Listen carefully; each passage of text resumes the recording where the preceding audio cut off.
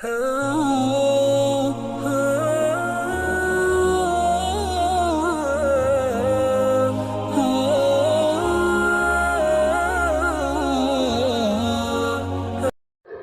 کے صحت مند فجر میں نہیں ہوتی.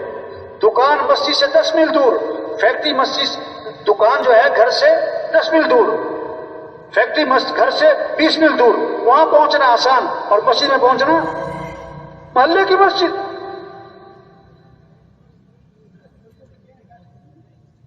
شریعت کا مزاج ہے رات کو جلدی سونا اور صبح کو جلدی، بولو بھائی، شریعت کا مزاج ہے رات کو جلدی سونا اور صبح کو جلدی.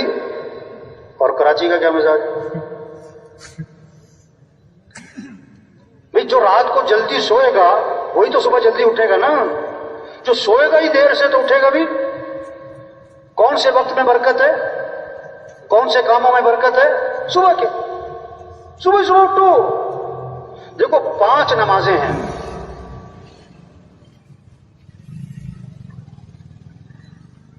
5 نمازیں ہیں نا. فجر کی نماز کی خصوصیت، فضیلت اللہ کے نبی نے خاص طور پر بیان فرمائی علیحدہ کر کے. آپ نے فرمایا من صلی الصبح فهو فی ذمۃ اللہ، جو صبح کی نماز پڑھے گا وہ اللہ کی ذمہ داری میں آ جائے. اب جس نے صبح کی نماز نہیں پڑھی وہ اللہ کی ذمہ داری سے نکل گیا. توبہ توبہ توبہ. دیکھو چاندنی رات ہو تو تالاب میں کیا نظر آتا ہے بھائی؟ بولو بھائی. چاند. اور چاند ہے کہاں؟ آسمان پہ. یہ جو تالاب میں نظر آ رہا ہے یہ کیا ہے؟ عکس. اگر کوئی تالاب میں چھلانگ لگائے کہ میں چاند کو پکڑ لوں تو اسے کیا کہو گے؟ پاگل ہے، بیوقوف ہے. وہ یہ تو عکس ہے. آج رزق نظر آتا ہے دکان میں، رزق نظر آتا ہے دفتر میں، رزق نظر آتا ہے کاروبار میں. اور اللہ قرآن پاک میں فرماتے ہیں وَفِي السَّمَاءِ رِزْقُكُمْ، تمہارا رزق تو آسمانوں میں. تمہارا رزق کہاں ہے؟ یہ جو فجر پڑے بغیر دکان پہ جاتے ہیں، فجر پڑے بغیر دفتر جاتے ہیں، فجر پڑے بغیر کاروبار پہ جاتے ہیں، ان کو رزق کی تلاش ہے اور رزاق کی نافرمانی کر رہے ہیں. یہ چاند کہاں تلاش کر رہے ہیں؟ کہاں تلاش کر رہے ہیں؟ ہائے ہائے. تبلیغ کیسا کرو؟ اللہ کی طرف پھیرو، اللہ کے سامنے جھکو. ہاں، جو کام پیسوں سے نہیں ہوتا اور جو کام حکومتوں سے نہیں ہوتا وہ کام اللہ تمہاری نماز سے کرے گا، وہ کام اللہ تمہاری دعاؤں سے کرے گا، وہ کام اللہ تمہارے سجدوں سے کرے گا. نماز پڑھو. دیکھو 5 نمازیں ہیں نا، 5 نمازیں ہیں نا. سب سے پہلی نماز کون سی ہے اور سب سے کم نمازی کس میں؟ فجر میں. حدیث میں آتا ہے جس نے صبح نماز نہیں پڑھی اور نہ وضو کیا نہ اللہ کا نام لیا، یہ وہ آدمی ہے جس کے کانوں میں شیطان نے پیشاب کر دیا. حدیث ہے. اب جو فجر پڑھتے ہی نہیں ہے کئی سالوں سے، اس کے کان تو شیطان کے گٹر بنے. شیطان کے کیا ہیں؟ اس میں خیر کی بات اس کے کان پہ اثر کرے گی نہیں، وہ تو شیطان کے پیشاب سے بھرا ہوا ہے اس کا کان. حدیث میں آتا ہے فجر میں اور عصر میں فرشتوں کی تبدیلی ہوتی ہے. جیسے گھاڑ تبدیل ہوتے ہیں نا، تو فرشتے تبدیل ہوتے ہیں کب؟ فجر اور جب فرشتے واپس جاتے ہیں نا تو اللہ فرماتے ہیں فرشتوں سے باوجود جاننے کے جب تم گئے تھے میرا بندہ کیا کر رہا تھا، اب تم واپس آئے ہو تو میرا بندہ کیا کر رہا تھا. اگر وہ پکا نمازی ہے تو فرشتے کہتے ہیں اللہ جب شام کو گئے تھے نا تو عصر کی نماز پڑھ رہا تھا، ابھی واپس آئے نا تو فجر کی نماز پڑھ رہا تھا. واہ واہ، کتنی خیر کی بات پہنچی. اگر خدا نخواستہ بے نمازی ہے تو فرشتے کہیں گے اللہ جب شام کو گئے تھے تو دکان بیٹھا تھا یا کلب بیٹھا تھا یا جم میں تھا، ابھی صبح آئے ہیں تو سو رہا تھا پڑا ہوا تھا. تو نیت کرو بھائی سب کو نمازی بنانا ہے انشاءاللہ. یہ محنت ہے تبلیغ میں، نماز زندہ ہو. اللہ نے پیسہ دیا زکات دو. حدیث میں آتا ہے جس مال کی زکات نہیں دی جائے گی وہ مال گنجا سانپ بنا کر اس کے گلے میں توپ ڈالا جائے گا اور اس کو ڈسے گا اور کہے گا میں ہی تیرا مال ہوں، میں ہی تیرا خزانہ. ہاں، اللہ نے پیسہ دیا حج پہ جاؤ. آپ صلی اللہ علیہ وسلم نے فرمایا جس پر حج فرض ہے اور وہ نہیں کرتا مجھے کوئی پرواہ نہیں، یہ یہودی ہو کے مرے یا عیسائی ہو کے مرے. رمضان آیا روزے رکھو. حدیث میں آیا نے ایک روزہ چھوڑ دیا رمضان کا، ایک روزہ صرف، ساری زندگی روزے رکھتا رہے، وہ ایک روزہ چھوڑنے کا جو نقصان ہوا ہے پورا نہیں ہو سکتا. یہ محنت ہے تبلیغ میں، لوگ اللہ کو پہچانیں، اللہ کی مانیں، اللہ ہم سے کیا چاہتا ہے اس کو معلوم کریں. ہر مسلمان میں شوق پیدا ہو، میرا اللہ میرے سے کیا چاہتا ہے، میرے نبی کا طریقہ کیا ہے. دین سیکھنے کا شوق پیدا کیا جا رہا ہے. مجھے ایک نوجوان ملا پچھلے دنوں، میں نے کہا کیا پڑھتے ہو؟ کہتا میں کالج میں پڑھتا ہوں. کون سی کلاس میں؟ کہتا فرسٹ ایئر میں. میں نے کہا بتانا غسل کے فرض کتنے ہیں؟ کہتا 8. میں نے کہا پورے کر کے دکھاؤ ذرا. اب منہ دیکھے. بھائی ہم مسلمان ہیں، اسلام کو سیکھو بھائی. دین ہمارا کیا سکھاتا ہے، اللہ ہم سے کیا چاہتا ہے. نماز سیکھو بھائی، دین سیکھو بھائی. ہمارے ہاں نا ایک عجیب بات چلتی ہے، بارات جا رہی ہے مسجد کی طرف. کیوں؟ کہ دولہا نے شادی کے نفل پڑھنے. شادی کے نفل ویسے کبھی جائے نہ جائے شادی کے نفل. تو ایک بارات گئی مسجد،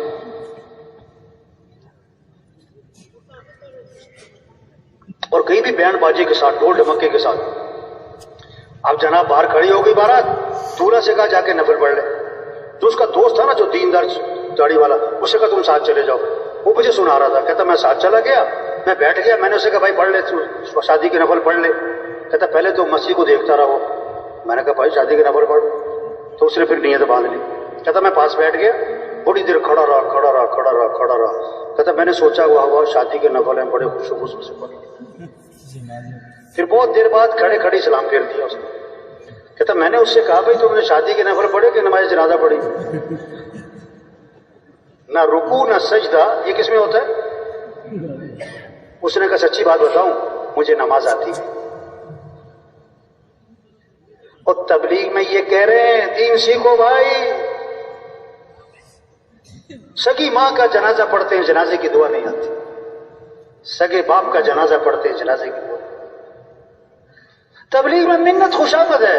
بھائی اللہ کو راضی کر لو، بھائی حضرت محمد صلی اللہ علیہ وسلم کی اتباع کرو، بھائی 5 وقت نماز پڑھو، دین کو سیکھو بھائی، قرآن کی تلاوت کرو.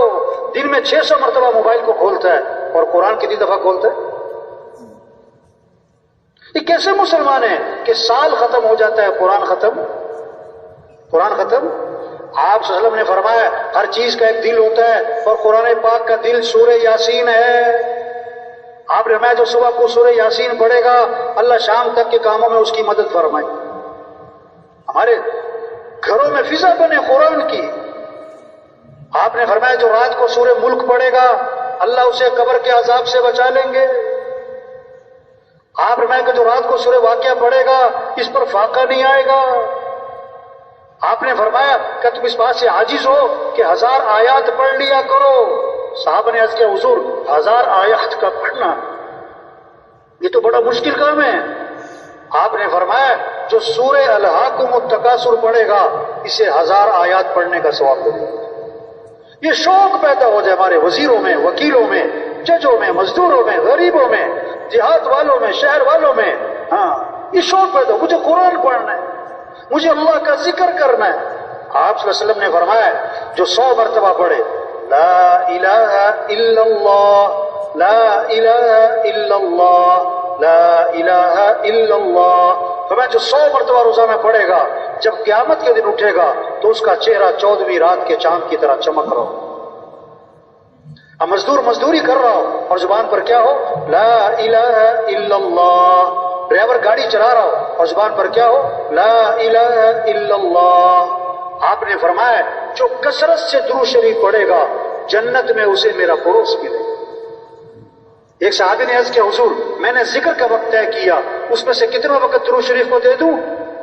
پھر خود ہی کہا حضور 1/4 وقت دے دوں درود شریف کو. آپ نے فرمایا ہاں ٹھیک ہے لیکن درود شریف زیادہ کر لو تو بہتر ہے. میں نے کہا اچھا میں 1/3 وقت درود شریف کو دے دوں؟ میں ٹھیک ہے لیکن درود شریف اور زیادہ کر لو تو بہتر ہے. میں نے کہا اچھا میں آدھا وقت درود شریف کو دے دوں؟ میں ٹھیک ہے لیکن درود شریف اور زیادہ کرو تو بہتر ہے. انہوں نے کہا اچھا میں 2/3 وقت درود شریف پڑھتا ہوں، 1/3 باقی اذکار۔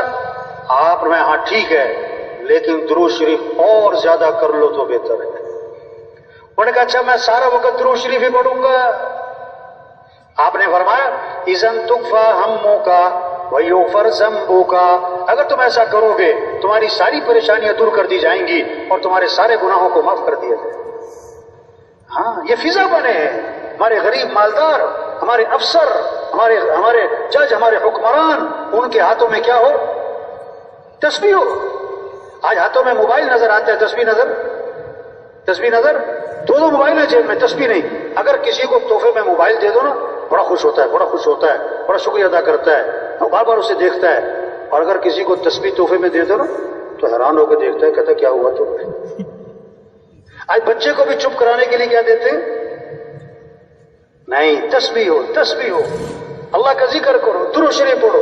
چھوٹا سا درود شریف بتاؤں، صلی اللہ علی النبی الامی، صلی اللہ علی النبی الامی، صلی اللہ علی النبی الامی۔ جیسے برفی میں مزہ آتا ہے نا کھانے میں، جلیبی، گلاب جامن، ہمیں مزہ ہے کس میں؟ اللہ کا نام لینے میں۔ درود شریف پڑھنے میں کیا ہے؟ مزہ ہے۔ ہاں؟